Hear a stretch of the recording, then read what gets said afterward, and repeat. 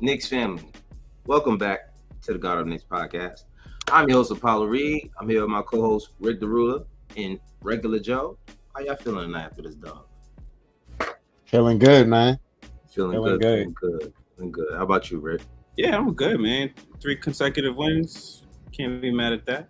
Mm-hmm. Can't be mad at that. Shout out to the chat, Izzy, as usual, our most loyal I subscriber. What's going on, Izzy? Yeah. Yeah, AC. It's good, baby. don't think good, he ever bro? missed a show. I he's probably missed one, and he let it go like without letting us know that he missed it. I don't know how he did that, but yes, as usual, peace in the brunch, my bro. How you do?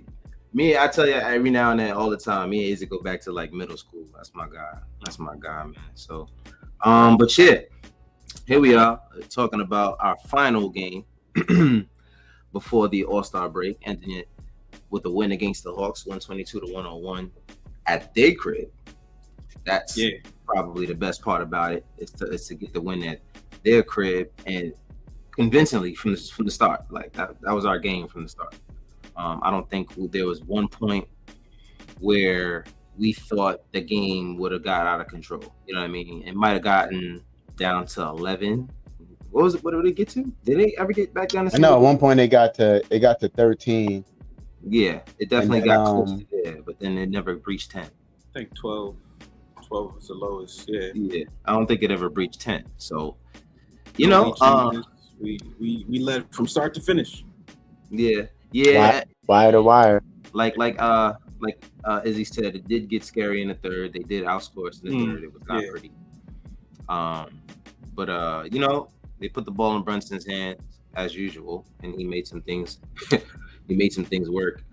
Let's get right into it. Let's talk about these stats of our guys tonight. So let's start with RJ because Let's start with him. Actually, I like that because I got a few things to say about that. Yeah, RJ actually started the game very aggressively. He got right to it.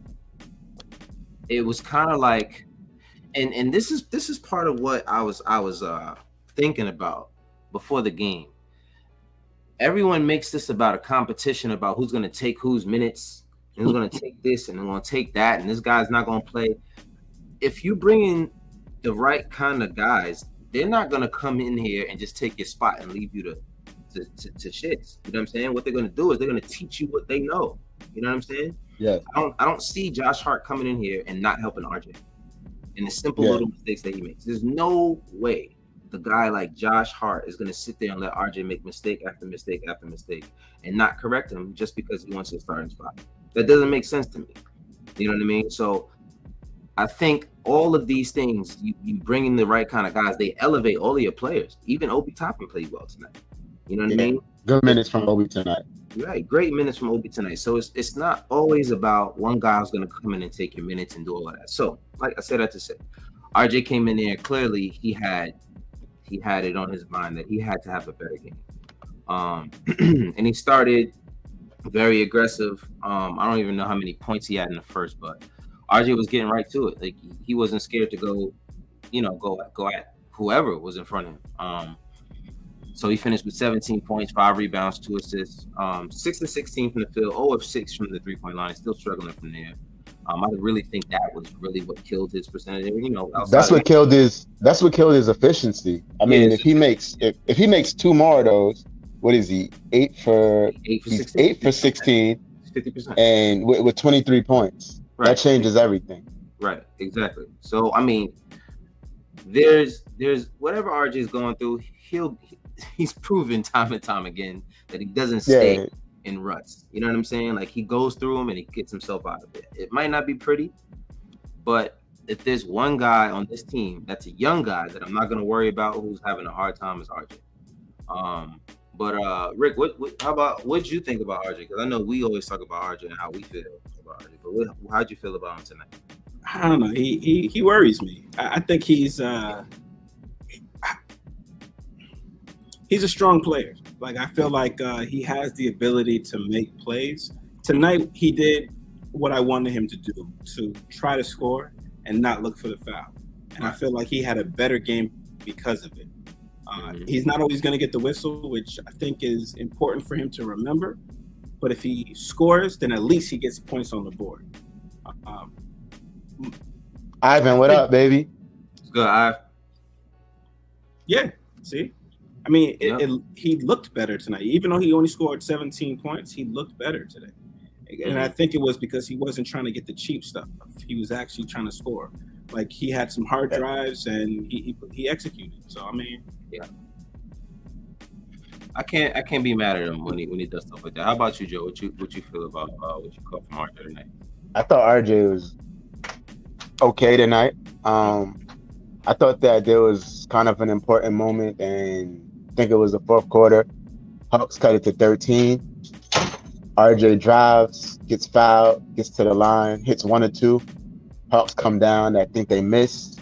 RJ comes back, tries to dunk baseline, gets fouled again, goes to the line, hits 2 free throws, pushes the lead back to 16. I thought that was, and then the Knicks went on like a 13-2 run or something like that. Yeah. So I thought that was an important moment in the game.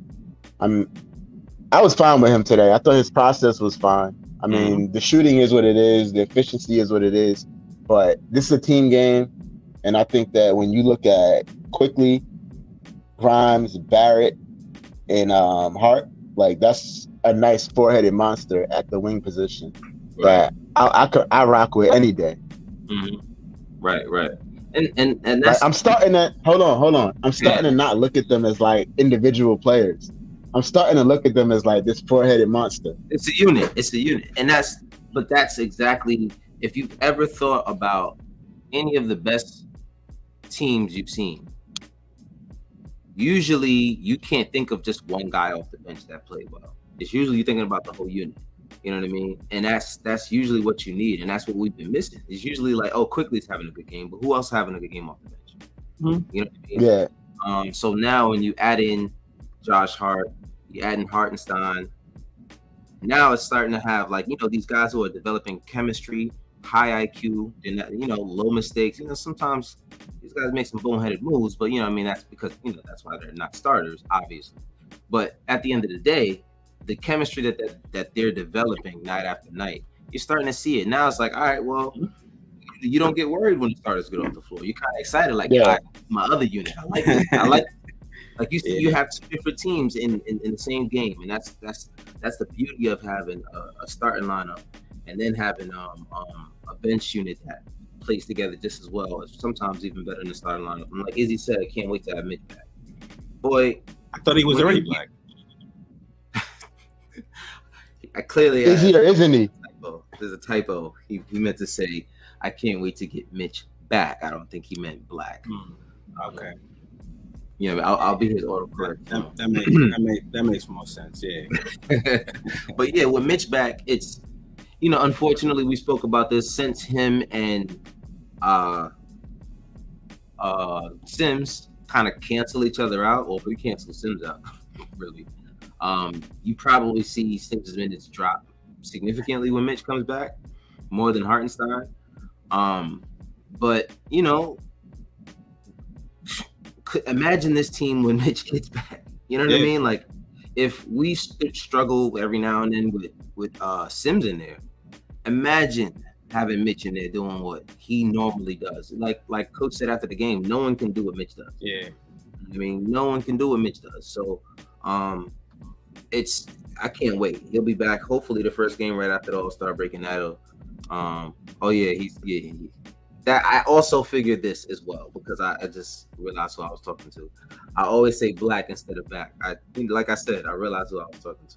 Yeah, and also I think getting Mitch back helps RJ, because those lobs. Mitch has always been like kind of RJ's kind of outlet on those pick and rolls. Because nobody else really cuts to the basket like that off pick and rolls. You know what I mean? Like I feel like attacking the basket, no one else really does that. Like RJ's like the one guy he's like the one guy who finds Mitch regularly on lobs. Yeah. Well, the thing about RJ and Mitch that works so well is because since people know once RJ gets that one dribble, like once he gets you on his shoulder, he's not passing it. Exactly. You know what I mean? Like, he's going all the way to the basket. And that works in RJ's favor when Mitch is on the floor, because that means Mitch's man 99% of the time is going to help and try to block it, just to come over and help whoever RJ just got past and got on it. And you know what also happens off that, right? Lob. Mitch gets offensive rebounds. Oh yeah, that too. Yeah, well, when RJ doesn't pass it to Mitch, more than likely he's going to get the offense. That's why I always rebound. Oh man. But I always say that like say what you want to say about RJ. I feel like his process, right, the way he plays, is still important to this team because of those drives to the basket. Like, how many times we've seen him drive, miss a layup, and Mitch cleans it up? Happens all the time. And you might look at it like, oh, this guy missed another layup, and he did, but just his aggressiveness, created offense. That's right. I mean, and I spoke about it in the past before, and we can move on, just so we can get out of here a little bit sooner today. But I spoke about it in the past before that RJ has verbally admitted to sometimes just throwing it up there and not necessarily caring about how it lands because he knows Mitch is there. Yeah. Which is not the greatest habit to develop, you know what I'm saying? Because then your efficiency drops significantly. I mean, it's selfless. It's very if nothing else. Yeah. It's almost like a hockey player, right? When he just shoots the puck at the net and he sees he got a bunch of guys in front and whatever happens. It's just that they don't count every, flick to the net as an attempt for, like, RJ. It's kind of like a little bit different. That's all right. I mean, if he cares about those numbers, then I can see how that could be an issue. But if it's helping his team win, then so be it. Right. At the end of the day, I think that RJ is really about the right things, and I think he really just wants to win. Yeah. With that, he's not a selfish guy, and he knows that if he gets it up off the glass, that there's a good chance that 23 is going to be there. More than likely, if he gets past the first guy and the big steps over, that's a lob 99% of the time. And Mitch is catching it. He's probably going to get a post, so he might even get an and one. And that's how a lot of their, leads start, and they get that momentum because, they're just getting the easy basket. It's all about getting the easy basket. And that's what we have to do better, and we've been doing better as of late. But let's move on to, of course, our all-star, Julius Randle. Is he still the best player on this team?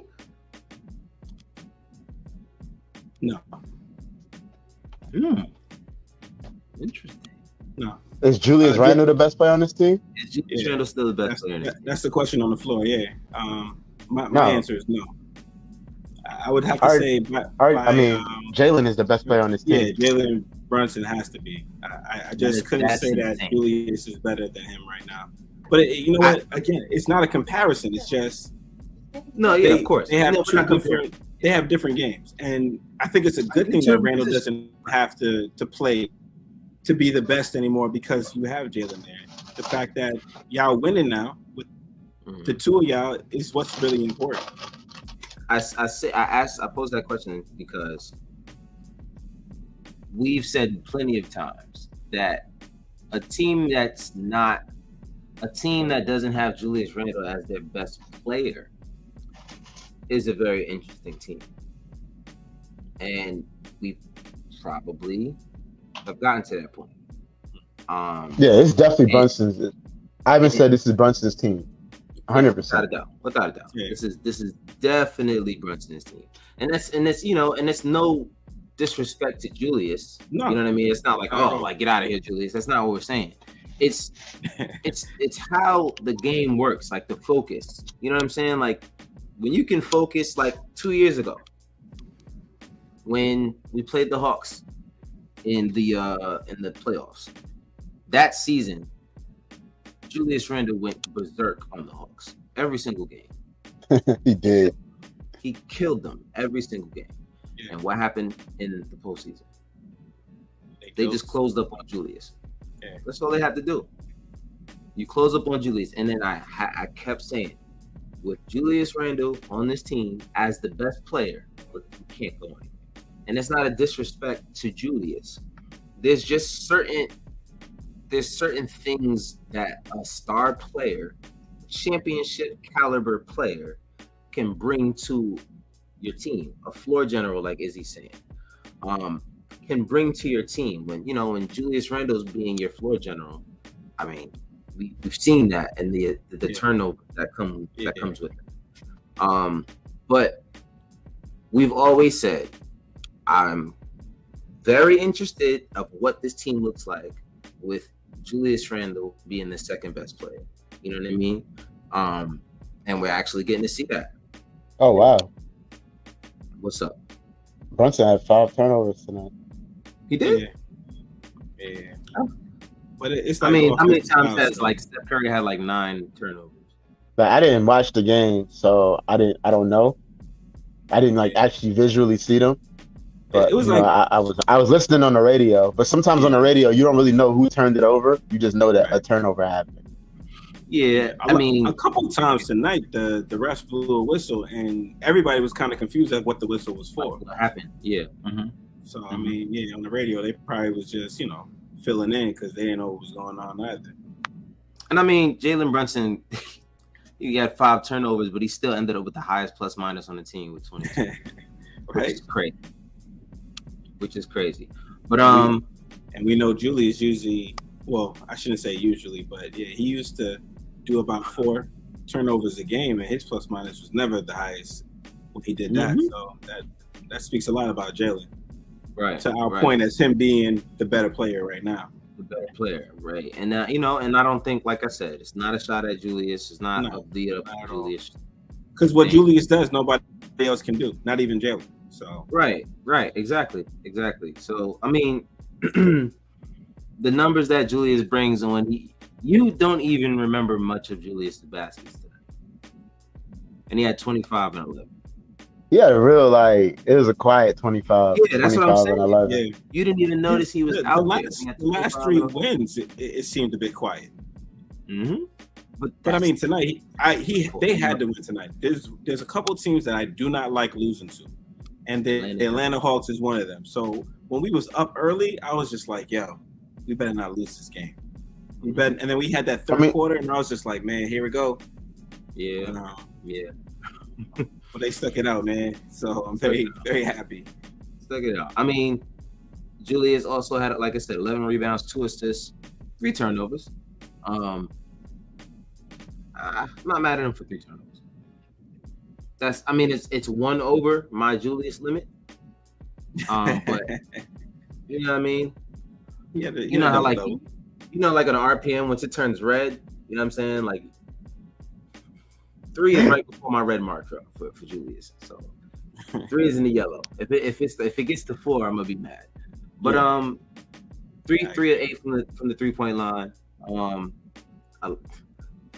We've talked about these percentages from the 3-point line and how many shots he takes. I like that. 3 of 8 from the 3-point line from Julius is great. I mean, being as though his counterparts didn't really shoot that well from 3. I mean, between Jalen Brunson and RJ Barrett, they were 2 of 12 from the 3-point line? 1 of 12.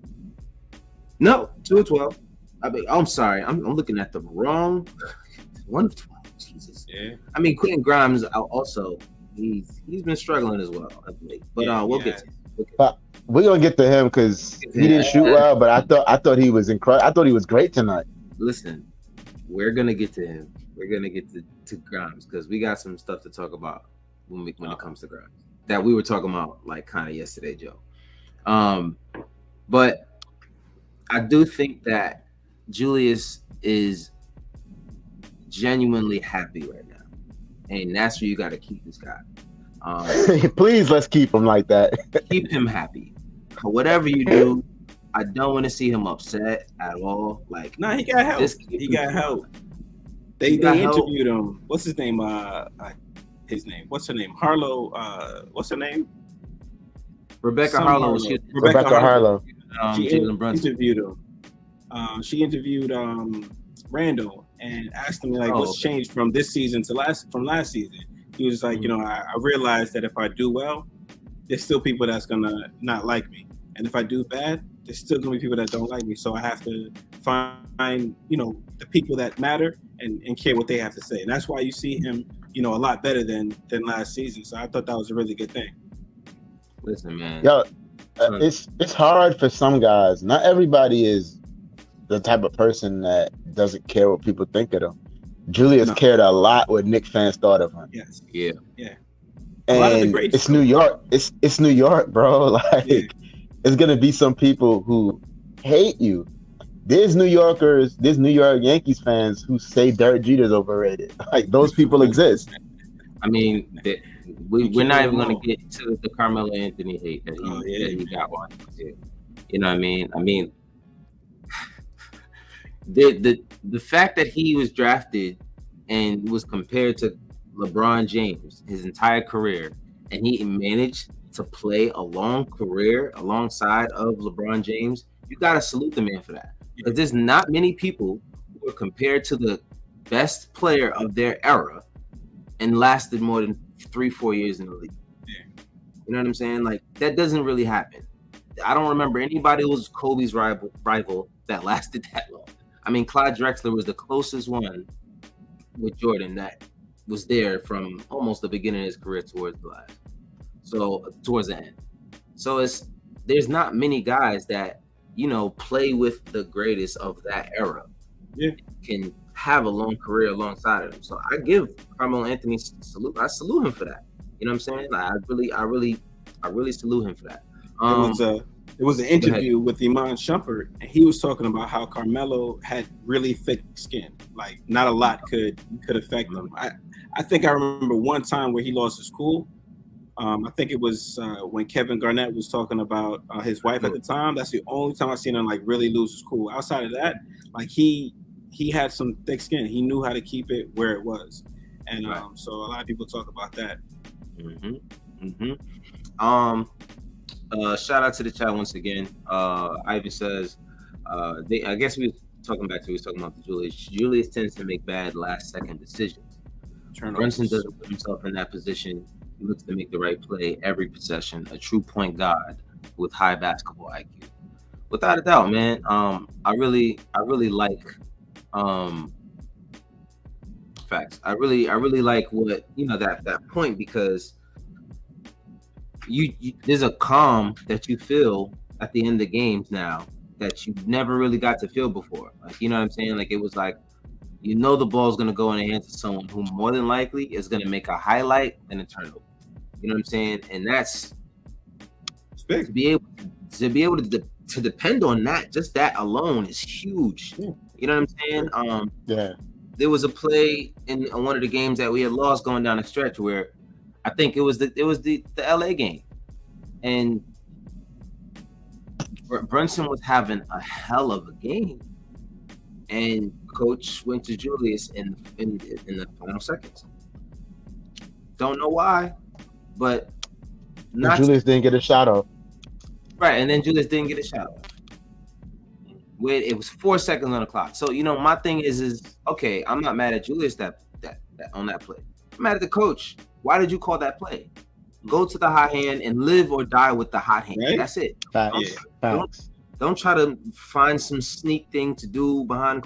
Live or die with the hot hand. Whatever happens with the guy who's been killing it all game, put that trust in him.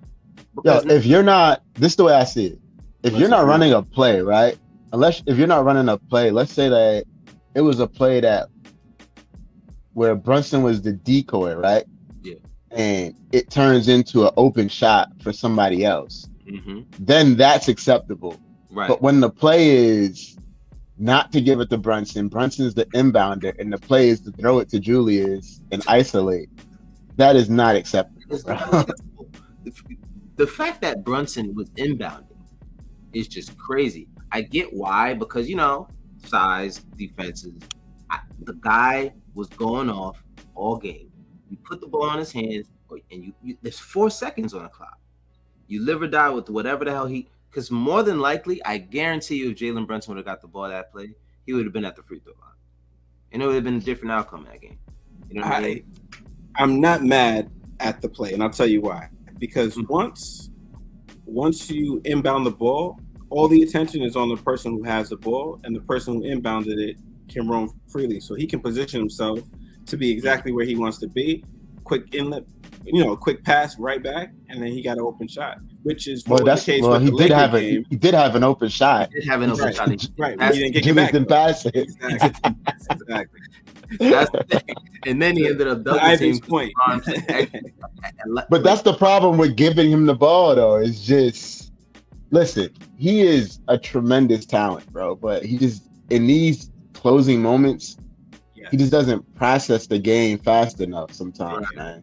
Right. And that was the issue in the series with Atlanta. Is why do you see the double team coming from a mile away and allow yourself to get trapped? Yeah. Like, you see it coming. You know it's coming.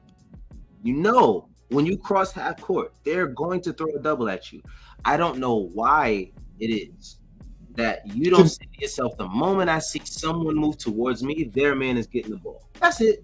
Boom. Yo, to be fair, bro, I don't think that there was anything that Julius could have did to win that Hawks series. No. Like, he just, even if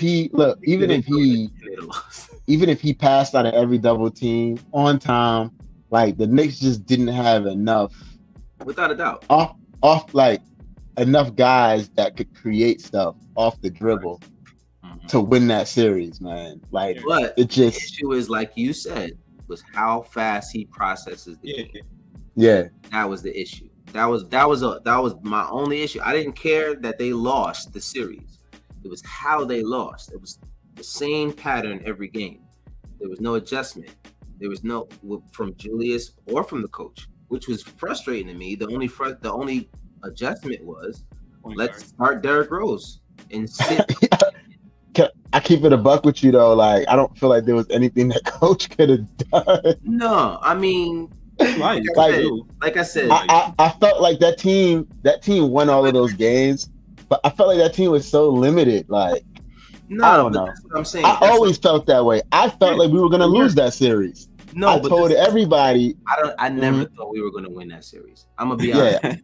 I never thought it was excitement, but let's be real, bro. I told everybody who would listen in TFE, bro. Like, we dominated them during the regular season, but the playoffs are different, and this team just has a little bit more than we do. Yeah. And one of those, and see how it played out. Teamwork and a lot of different things. You know what I mean? Yeah. They in one of those games that season that we smashed them, Trae Young didn't play. Trae got hurt. No, he got hurt. No. One of those games Trae didn't play. One game he didn't play. Another game he got hurt in the third quarter.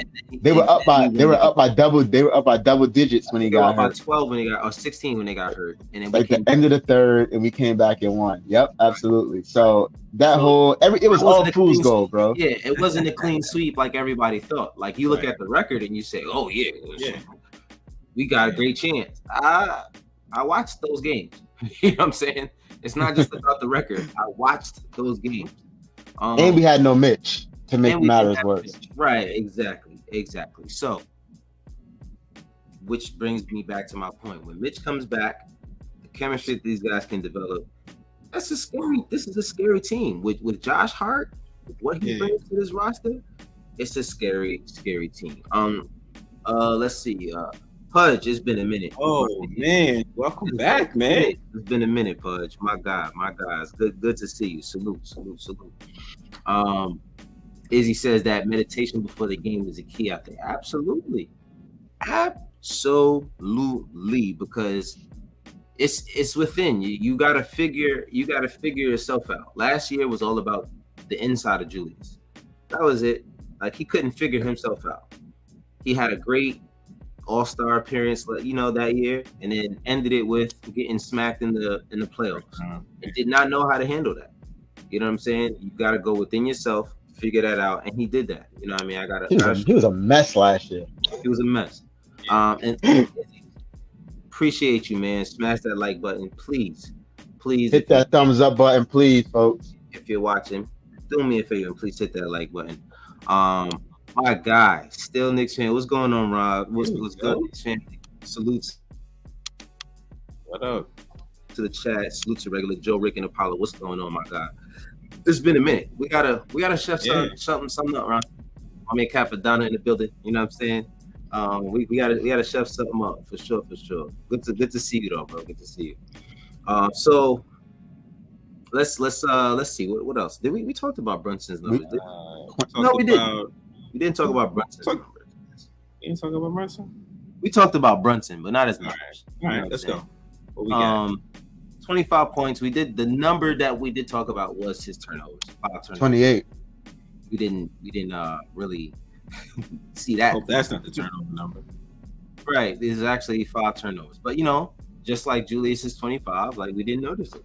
But yeah, 28 points from Brunson, 5 assists, 9 rebounds. 9 rebounds. Wow. Third highest from your 6'1" point guard. This guy's all heart, bro. Like, he's all heart and all effort and skill on top of it, and IQ. Like this, it's like the perfect, the little rubber band ball that the cat you make for the cats and all that they play with. He's like all of that, all different colors and all of that is Jalen Brunson. He does all of it. 10 and 19 from the field, 1 and 6 from 3-point line, which recently is uncharacteristic because he has been one of the best, if not, I think he was one of the best cats to shoot. He's up to 42% for the season, bro. Yeah. Probably went down a little bit today, but before the game, he was up to 42%. From the catch, which is right? Nah, just from 3 in general. From 3 in general. Oh my lord, nobody expected that. Nobody expected that. But yeah, he struggled and still had a great game. You know what I mean? And that's what you want. That's kind of what you want, man. 10 and 19 from the field. Which is crazy because you say 10 and 19, man, that sounds so great. And then you look at Julius' 9 and 19, you're like, yo, you took too many shots. But it's like, it's literally one shot. He made one more shot than he did.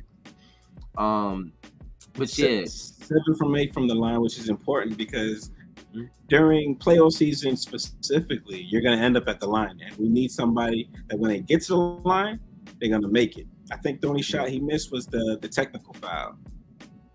Oh yeah, he missed the tech. He missed the tech one. I know he was pissed about that. Yeah, he was definitely pissed about that one. Shout out King Ribby. What's good, family? Yes, please like, subscribe, and share. I appreciate you, bro. Appreciate you coming out. Quickly, I did want to talk about quickly because there's been a little pep in his step recently. He's been terrific, bro. I don't know if it's just that certain time of the year, because it was the same kind of thing last year. I don't know if y'all remember. He started off the season very shaky, and everybody was like, he's taking a backward step. And then as the season started going along, it was just like, oh, okay, this is the quickly that we expected to see. And that's kind of what's happening right now. And he's playing great. And it's not only just in the numbers. He had 14 points, 4 rebounds, 2 assists. I think last game he had 14 points, 5 rebounds, and 5 assists. Like, he's hella consistent. He's doing this in 24 minutes. And he's just everywhere. He's on the defensive end. He's taking the shots that you want him to take. Was it him that stole the inbound pass? I want to say it was. Or was it? No. Was it Josh Hart? It had to be him because it couldn't have been Hart, and it definitely wasn't Miles McBride. I think it was quick. Yeah, Miles was on for a minute and 15 seconds. Well, Hart didn't have a steal. It was only 2 steals, so it was Barrett and Quickly that had a steal. It had to be Quickly then. Yeah. Had to be Quickly then. Oh yeah, I didn't even look at that. See? This is why Joe is here, man. This is exactly why. But yeah, man, Quickly he's finding his groove. I think that's the biggest thing, because before he was trying to figure out what position is he, then his game altered a lot. He doesn't shoot the same way he used to shoot, and what's happening, bro? You know what we're seeing, guys? We're seeing a young guy that's taking everything in his game, right? Because we've seen all of these things like individually, right?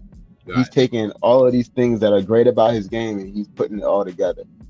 The defense, the rebounding from the guard position, the playmaking, the shooting is finally starting to pick up, which was like the only knock that I had on him as the season had progressed. Like he had been great everywhere else, but the shooting was still down. The 3-point shooting specifically.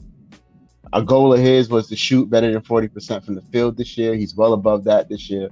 Like he's putting everything together. That's what we're seeing. We're seeing a young dude that has finally figured it out. And it's fun to watch. I'm glad that they decided to not include him in any trade talks anymore. You know what I'm saying? And stick with him because I think you got a good thing here. You know what I'm saying? Like he's so versatile. He's on the ball, off the ball, guard the 2, guard the 1. It doesn't matter. Right. Put him at the point of attack. Like let him chase whoever the guy that it is running around off screens. Like, put this dude anywhere. He just excels. Put him anywhere. Put him anywhere on God's green earth.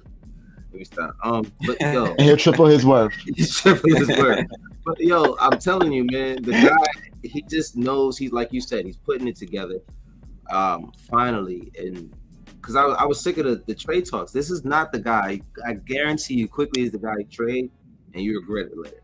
Oh yeah, yeah. I'll be honest with you. You know, I was sick of him at one point. Yeah, because I love everything about him, but I'm like, yo, like he stopped shooting. First of all, remember he stopped shooting. Like now he's starting to let it fly again. Right. Then it was just like, okay, this guy is tremendous defensively. I love that.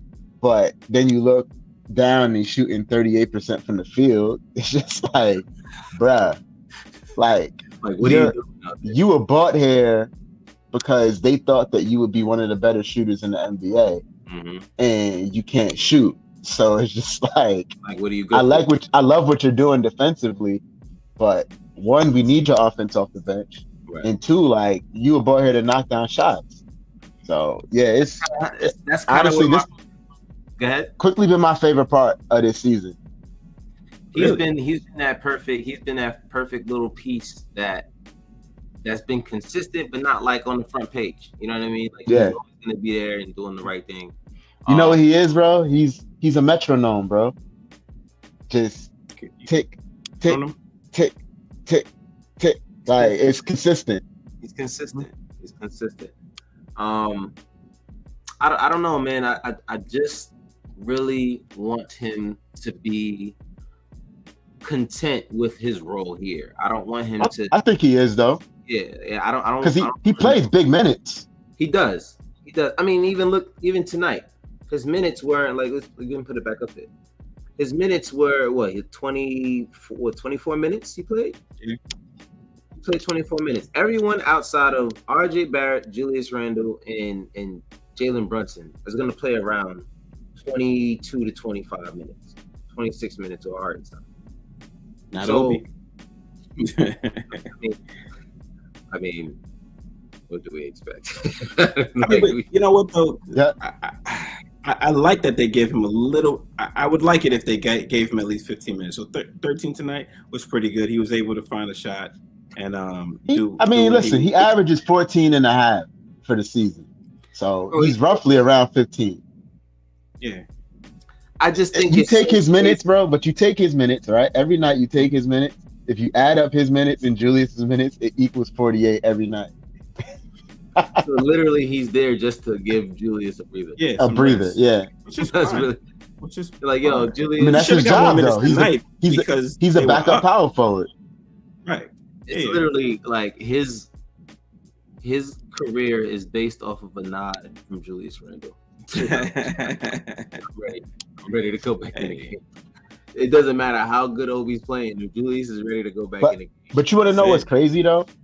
Like it's like, so I'm not crazy about the role that he's been given, but like when you look at this 9-man rotation now, I feel like it's a complete 9-man rotation. Mm-hmm.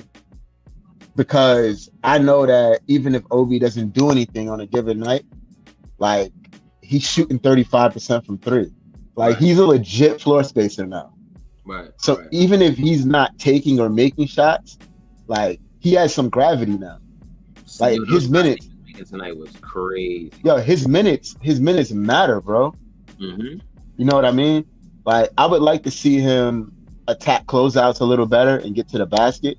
But like his minutes, there was a time when I felt like his minutes didn't matter, right? When he was shooting below 30% from three. Right. Like his minutes are meaningful now, bro. Mm-hmm. Like this 9-man rotation is legit because there's gonna be nights like this where Obi gives you 11 points off the bench. I mean, I would think he would get a few more minutes if, and when I say a few minutes, like maybe another 2, if he attempted more rebounds. He needs to rebound the ball better. Absolutely. He does. I feel like that's his biggest flaw right now because, you know, he'll shoot the 3, he'll dunk, but like, what else are you giving? You know, like you stand in the corner most of the time you're on the court. Look at him. And that he loves that corner. And it's all right. But I'm just saying, see right there, that's what he needs to do more of. But Rick though, that's his role. I mean, we might not like it, but his role is basically to be a stretch forward. Right. But at the same time, like he's a stretch forward for the backup unit. His role is to stand in the corner. Nah. His role is to stand in the corner and spread the floor. And when there's an opportunity, right, he slides into the dunker spot and gets a lob like he did tonight. Like that's literally his role. I don't like it. I hate it for him because I think he could do more. Yes, I hate it for him because I think he can do more. But that's his role, and the kid plays his role. I think he hates his role. I don't think anyone's telling him to do that, but I know that when he ventures out, he often gets pulled out of the game. So because his role is to do what exactly. It's literally his role, bro. That because that's where he gets minutes. So I mean, I don't know, man. Like I feel like if he increases his rebounds, then I believe that Tibbs will be like, all right, maybe I'll leave him in for a couple more seconds. I don't think so because I think Tibbs is gonna give Randall his 33 to 35 minutes every night, bro. Whether we like it or not. He's gonna burn. I'm sorry, guys. When it comes playoff times, you're gonna have nothing left. He needs to play him. I don't think, honestly, this guy is season. Listen, not last season. The season before when they had the Atlanta series, he played well in the playoffs. He played like he's been there before.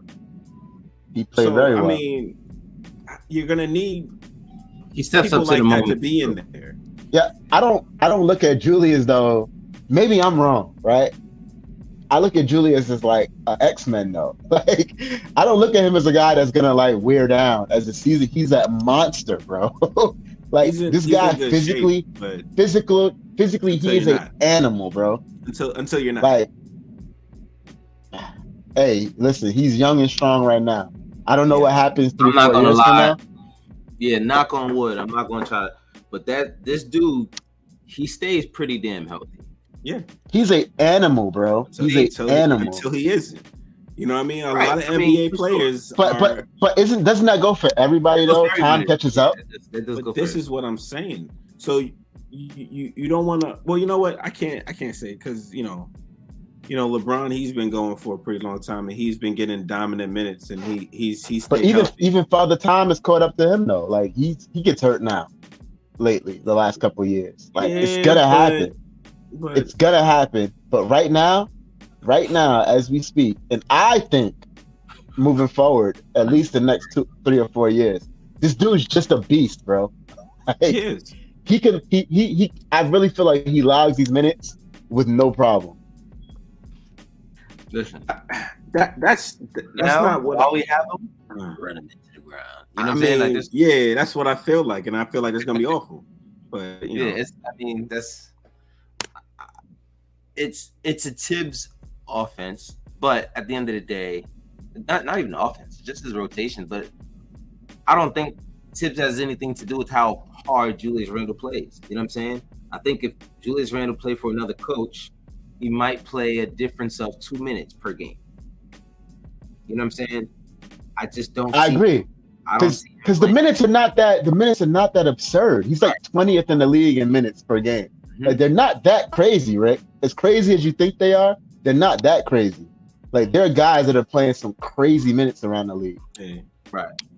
Well, we got 3 wins going into All-Star break. I was looking up. We didn't talk about Grimes either, by the way. I got some things to say about Quentin. Oh, yeah. I mean, we could do that. We could do that next show, though, right? No, we gotta say some stuff, right?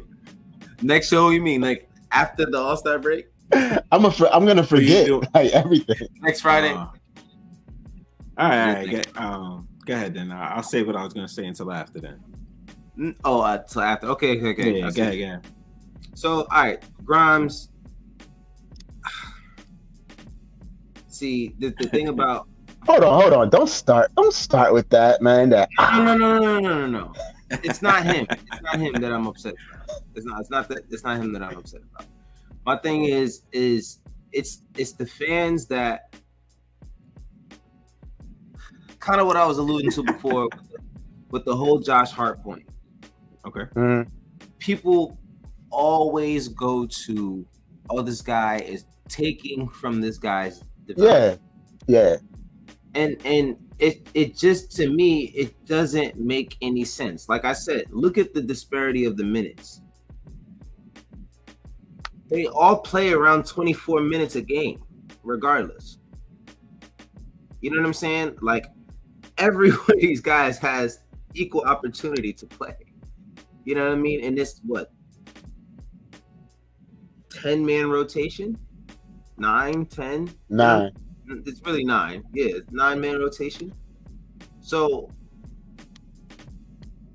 there will be games where Grimes is going through an adjustment period now as well. He's not shooting well, but there's a lot of other things on the floor that he just does very well. We seen it tonight. Yeah, you know what I mean, just if you don't think that we've seen it tonight, just take a look at Trae Young's numbers and get back to me. All right, let's do that real quick. If you don't think you've seen it tonight, just take a look at Trae's numbers and highlight at me, bro. Look at this. 4 of 14. 1 of 6. 19 points. Still got 19. Negative 13. He got 19 because he baited the refs into multiple fouls. He was 10 of 13. He usually does, though. Yeah. And we got to live with that, bro. But live with that. I mean, 4 of 14, every single night I'll take that. If the Knicks play the Hawks every night and that guy shoots 4 of 14, sign me up. Hawks don't want to play us in the playoffs. Guaranteed. Not this team. That's who I want to play in the playoffs, to be perfectly honest. I would love to play them in the playoffs. Some crazy stuff has to happen though for us to play them. Yeah. A lot has to happen. Some stuff might have to happen that we don't like to happen to play them in the playoffs. Well, not us. No, not to us. I'm saying for them, they need to go in there. Sorry, Josh. Go ahead, man. No.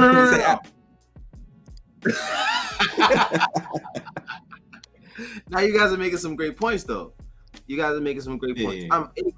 Anyway, I don't want to get wrapped up too much because we gotta wrap it up.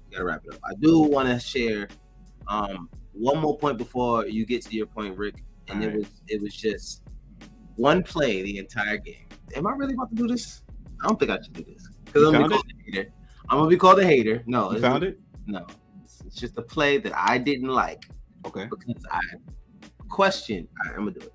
So I don't understand what goes through my man's mind. Right now, we're focusing on number 30. Okay. I'm wondering if Joe knows this play. Nah, I was listening on the radio, so I couldn't actually visually see. I don't know how this happens all the time. Just simple, right? Trae Young has the ball. He's being doubled. Julius Randle is about 20 feet from DeAndre Hunter right now. Mm-hmm. I'm exaggerating, but he might as well be 20 feet from me. But I say that to say, when you're so far away from the person you're covering, when they get the ball, you have to recover to them and then react off of what they do, which always sets you behind every single time. Yeah. But just watch how this play develops.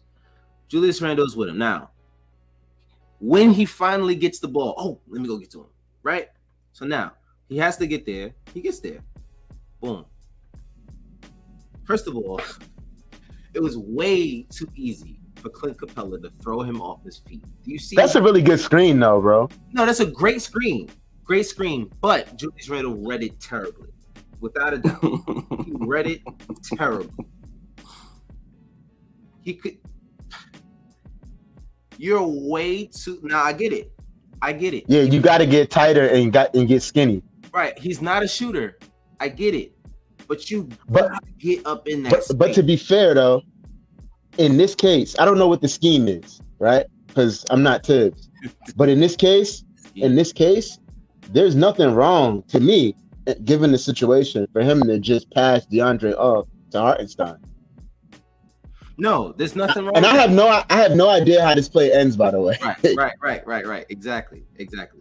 But more often than not, Julius is seen passing off a defender in the pick and roll, not trying to fight over it, not trying to put that extra effort in. And sometimes it leads to just one basket. Like I said, look, it's a play that doesn't matter. We're up 20 in the fourth quarter, 4 minutes and 47 seconds left on the clock.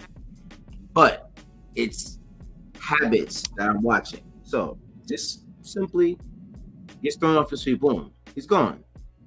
Now, just like that. Now you get behind him. Yeah. He didn't reposition himself. So him, the play was over. Yeah, you gotta. I see what you're saying here. Once you know that you're passing DeAndre off to Hartenstein, you gotta position yourself to be able to get between Capella and the hoop. Yeah, it's Capella. Yeah. Where's he gonna go? He's gonna run out to the 3-point line. Come on. Like that side pick and roll is ridiculously hard to defend. Like, even if he fights over, like, Hartenstein is kind of in a weird place possibly because he's in no man's land and it turns into a lob.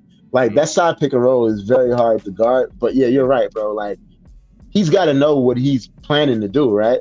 And if the plan was to pass the player off and switch, then you got to put yourself in position to not allow this guy to just get a free roll. And what concerns me is if this is a habitual play for you, that means that these plays will happen in the playoffs. They're going to happen in the playoffs. Hopefully they don't happen at the wrong time because that'll be a game.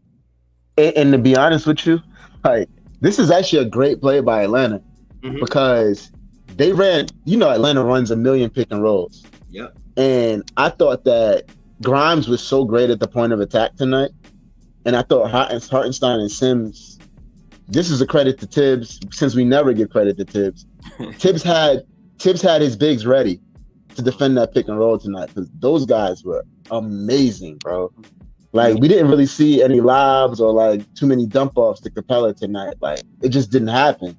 And that's because those guys were in the right position.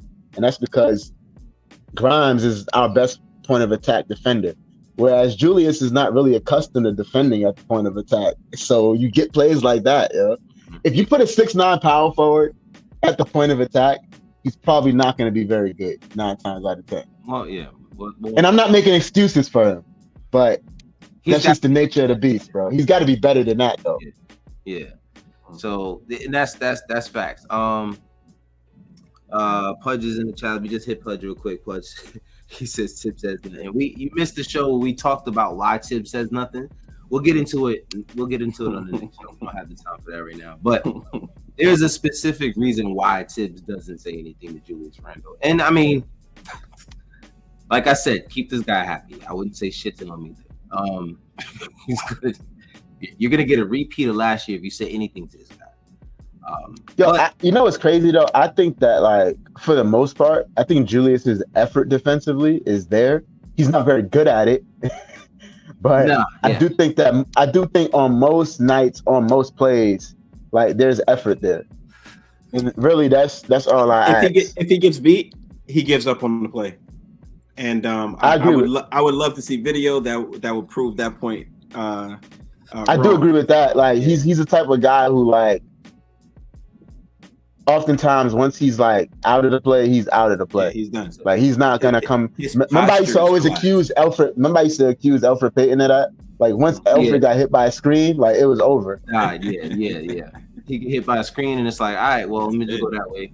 It's like if you watch Quentin Grimes like trail Trey on the pick and roll tonight, like he was in the guy's shorts, bro. Every single time Trey looked over his shoulder, he was right there. Yeah, like, he was there every single time. And you know, Trey's the kind of guy he's gonna do the Ray Allen. He's gonna run about 90 feet before he touches the ball. But Grimes is like, all right, I'll run with you. Like it's workout season. You know what I'm saying? This is what we had to do. So I mean, I just think this team has a lot of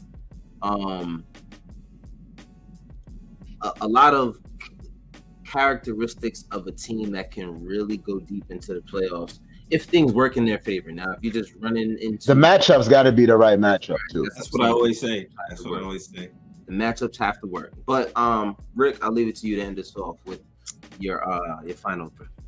Pudge is stealing a little bit of my thunder. Right now we are 33-27. Mm-hmm. We've won 33 games and lost 27. We're 6 games above 500. That ties the most we've been over 500, by the way, for the year. Yo, we're rolling right now, man. Like last season we had 37.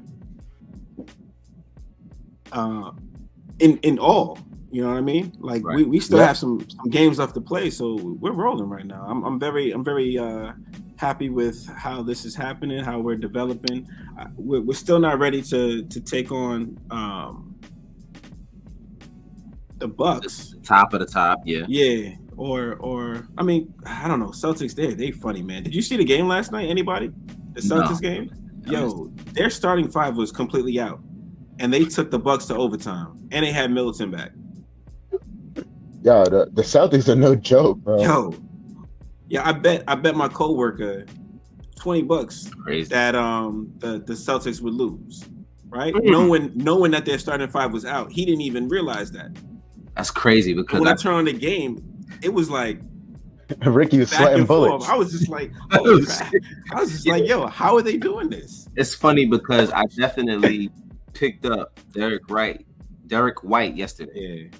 Look, which is crazy because I'm playing you in this week. Well, you're playing. You're playing. I'm playing. You're playing. I'm playing you. I'm playing your bot. You left your bot for me. I haven't made a pickup in since the draft. Now, anyhow, go ahead. Yeah. So Derek White went off. I was looking at Derek White's numbers and I'm like, oh, 12 assists last night. Okay, what the hell went on? Like, and I didn't know that the entire starting lineup was out, and that's probably why he had like 27 and 12 assists. He was carrying that team, man. He was playing like that was his team, and I was just like, yo, it was a really good game though. It was a really good game.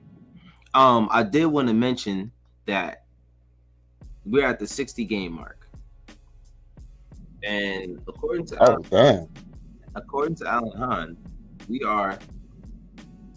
we have the same exact record as we did 2 years ago. 60 games when we went to the playoffs. Two completely different teams. I'm not sure how much comfort that gives me knowing that, because I feel a lot better about this team than I did that team. Oh yeah, and as you should. This team just has more offensive talent. Yeah, without a doubt. With more IQ. Way more. And even though they've dropped to like 19th in defense, they were top 10 before Mitch went down. Right. Like this is not a bad defensive team either. Mm-hmm. They're good. They're a well-rounded team. Yeah, right. Exactly. And then, you got Mitch going into the playoffs. I know he's excited to get in there to have his first playoff appearance. I know he cannot wait. He cannot wait to get in there. I know he was it hurt him to sit there and watch Nerlens eat up all of those minutes that year. But you got to stay healthy. You got to be ready. You know what I mean? Yeah. Hold on a minute. What happened? See, I didn't watch the game. I listened on the radio. I'm leaning on y'all tonight, man. Mm-hmm. DeJounte Murray was 3 of 12 for 6 points. He was terrible. Yeah. He was terrible. He was frustrated. He wasn't getting calls that he felt he was going to get. He wasn't playing well. So defense was tough. Trey and Murray combined was 7 for 26. Mm-hmm. Oh my God! Yes, and we did that. They would have a whole hour without. a 20-point lead. Shane Shame on us, bro, that we went a whole hour without saying that. Without shitting on them. Yeah, I ain't gonna lie. We put our stats up there, but like the people gotta see what that shit looks like. Like that shit is disgusting. I mean, all right, just Dejounte Murray in 33 minutes and 43 seconds was 3 of 12 from the field, 0 of 4 from the three-point line. Didn't take one free throw. 3 assists, 5 rebounds, 6 points. Did we just watch a team tonight that hates playing for their coach? That's what I'm hearing. That's what I'm hearing. I'm not gonna lie. I've been hearing that since last year. Did you see the KFS, John, I dropped? So the dude that runs Hawks Fan TV was on KFS earlier, and he talked about how everybody basically wants Nate gone. Wow. Like, Hawks fans want Nate gone. Hawks players want Nate gone. The front office wants Nate gone. They just don't want to do it now because it's so late in the year. Like, Nate is not going to be the Hawks coach next year. Really? It's gotten to that point. Yeah. Was there a turning point? I mean, he doesn't get along with the star player first and foremost. Him and Trey don't get along, really? Wow. Yeah, that's legit. Like, they legit are not like crazy about one another. But I heard that a lot of the players don't like Nate. It's not just Trey. What is it about Nate McMillan that people don't like? Like, I don't know how I mean, Nate is old school, bro. Nate is old school, like Tibbs. And if you don't have the right kids, right? Like, the Knicks have all the right kids. Like, all of these guys respond to Tibbs because they don't mind Tibbs' style of coaching. Like, they could deal with it. But Nate is old school, and when you got prima donnas like Trey and, you know, John Collins, right? Like, it's different, bro. It's completely different. So again, I said this in the past. Like, shout out to this front office for bringing in the right guys. You know what I mean? Yeah, yeah. It matters, yo. Like, Tibbs wanted, like we say it all the time. Tibbs wanted Josh Hart for a reason. You know what I'm saying? Like, Tibbs wanted Josh Hart for a reason. Like, he's been scouting that guy since last year. You know what I'm saying? Like, and we see why. You know what I mean? Right now, like tonight, he only had like 13 points, but his fingerprints are all over the game. You know what I mean? Like, that's the kind of guy you want on your team, man. Like the kind of game that he's gonna bring you is like you don't. I don't know. I don't know what do you do? How do you teach that? Like, is there a camp you can go to where every kid can come out, you know, doing that kind of shit? Like, how do you teach a guy to want that? You know what I mean? Yeah. And please teach it to Julius. He would be a superstar. I guarantee you. Just the intangibles that Josh Hart has.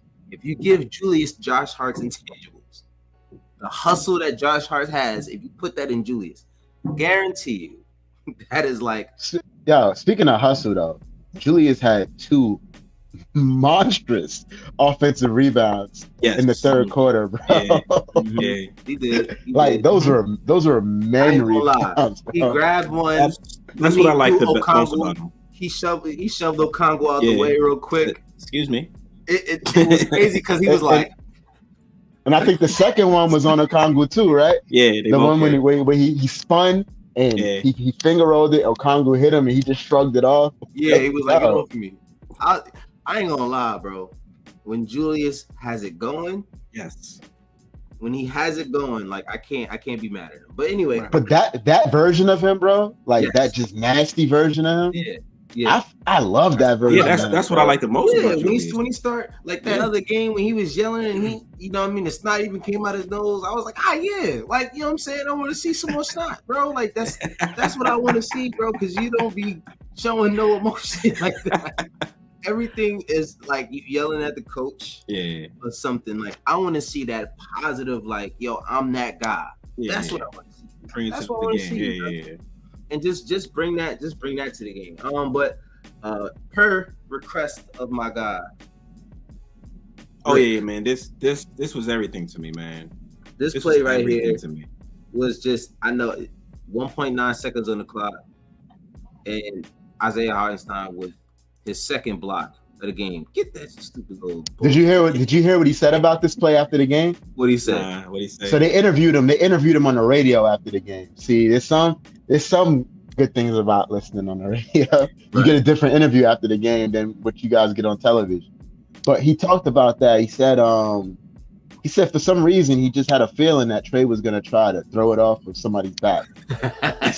He said he doesn't. You know when you're like an athlete or something, sometimes you just get like a instinctual like feeling. Mm-hmm. I think it kind of came over him. He said for some reason he was just expecting it. He said he doesn't know why, but he said he just wasn't surprised by it, so he was ready for it. Nice. I mean, he's probably seen them do it before, and that memory stuck with him. You know what I mean? Because like with us, it's different. When you're watching these guys do it, it's kind of like, oh shit, I would have never thought he was going to do that. But these guys play against these guys year after year. They see their habits, they watch film. So I'm sure he's seen them do it before. I know we trying to rap, but I gotta address Pudge. Pudge said on the road to 48 wins. So what are we now? We are 33-27. That's 22 games left, right? 22 games left. That's 60 games. So we would have to go 15-7 to get to 48 wins. And I think we could do that, bro. Nope. I mean, if we stay hot, we can. But I mean, it's the 10th hardest schedule and remaining in the NBA. So it's not like a absurdly difficult schedule. I don't think it's out of the question. I'm looking at it now. We played the Pacers twice toward the end. Pelicans you never know what you're going to do. Play the Pelicans twice too. Those are a bunch of winnable games if you ask me, bro. Cavaliers, Wizards, I never know what you're going to get. But we could beat them. Orlando can surprise you. Nuggets, Lakers. Yeah, it's not too bad. We can pull these out. We got a bunch of Pacers, Pelicans, Hornets. Pudge also said that we got 2 open roster spots. Who we got? See, there's some guys obviously that got bought out that you could bring in here. The problem with all of those guys that are bought out is those guys are gonna expect they want to play. Yeah, and we need guys who don't want to play. Yeah, we don't have a spot for a guy who wants to play. Right. Like everybody who's in the 9-man rotation right now deserves to get minutes. Mm-hmm. You know what I mean? And what I always say, we got 6 starters. We probably got 7 starters now with the addition of Hart. So, and we got a bunch of guys who, if you get hurt, you still got Evan on the bench. Yeah, you still got D-Rose. D-Rose could still play. Like, I don't. We're not going to bring in anybody who's going to expect minutes. Right. I know that much. We shouldn't anyway. Because the culture, unless something crazy happens where we just get like this, knock on wood, like a rash of injuries. Yeah, I mean, the culture of this team, I think, is the most important thing to the front office. And I think they want to make sure that they keep that. They're not going to bring in someone who's going to disrupt that culture. And that's why they went and got Josh Hart. They didn't trade for any other guy. You know what I'm saying? Like, we were in talks for OG Anunoby and all this other shit, but not. They were like, let's go get the guy that we know we're going to get every single night, every practice. You know what I'm saying? I want that guy. So, that's all I got. If you are here in the chat, if you're watching on the replay, please do us a favor and hit that like button. Just pay us with a like. That's all we need. A little like. And also, like, I always say, we gotta trigger the algorithm. Start sharing this shit, man. I don't even care if you share it to somebody who ain't gonna watch. Share that. Just share that shit, man. Yeah, share it. You never know. Somebody might click it by accident and be like, whatever, I don't want to watch that, and boom, that might be that might have been that click we needed. But yeah, even if you're listening in podcast form, hit that hit the that 5-star, leave a review, let us know what you think.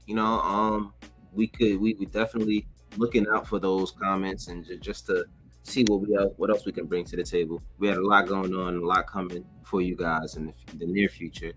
I appreciate you guys rocking with us for I think we're going on like 4 years. We've been doing this, Rick. Could you imagine? 4 years? Wow. Don't feel like it. It doesn't. But then you realize, like, we went to the game, and I was like opening night at the Garden last season.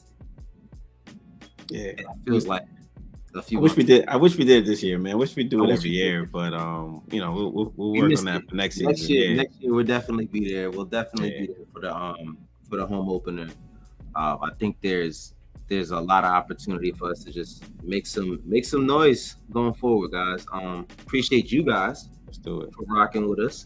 I appreciate you, Joe. You, before you even part of that team officially, you were always, there for us. You know what I mean? Even coming on shows and doing shows with us. So I appreciate all of y'all, man. I don't want y'all to it's my pleasure. Appreciate it, man. You gonna be all right? I know you said you had people over and for me? Yeah. you gonna be all right, because we went over what we said we was gonna go over. So we good. All right, cool. That's what that makes sure you good, man. I'm gonna be all right. I appreciate you. Y'all can try to run these. Y'all can try to run these half-hour shows if you want, bro. Like, it's a lot to cover, man. I'm gonna be honest with you. I've tried to do 30-minute shows since the start of Garden. Bro, it's not gonna happen, yeah. Don't say that. Like, if you look possible, it's very possible. Nah, it's if we're talking about like, if you really want to get down to the nitty-gritty of like what happened in the game, 30 minutes is not going to be enough, bro. No. Like, look at the time of everybody else's shows. And I'm not trying to compare us to everybody else. Mm-hmm. But like the time of everybody else's live shows, like everybody is over an hour. There's some 2-hour ones. Yeah, some 2-hour ones too. Macri went over 2 hours the other day. Yeah, I can't. You know what I'm saying? I'm gonna be honest with you. Not that I can't. I can't say I can't. It's still doable. It's doable. And when this shit and y'all listen, y'all better be prepared. Because when this shit blow up, and we got super chats, it's over. We're going over. We're gonna have nights where it go over 2 hours, bro. First of all, I'm gonna be honest with you, Rick. When you see that the dollar signs pop up in the chat, you're not trying to leave that shit anyway. You gonna be like, yo. You know what they say though?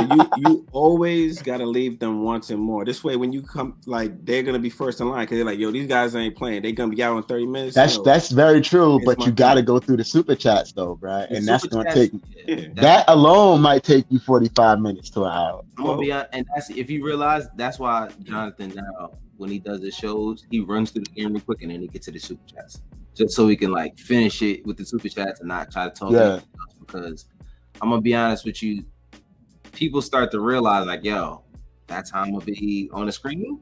All right, boop. And they're gonna be leaving comments. But damn, I'm gonna knock my whole dress down. But anyway,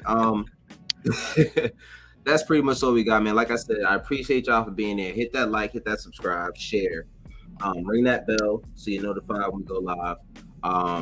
Appreciate y'all for being here. Hopefully, we'll get some wins from Quentin Grimes and the Rising Stars. We'll get a slam dunk championship from again from Jericho Sims.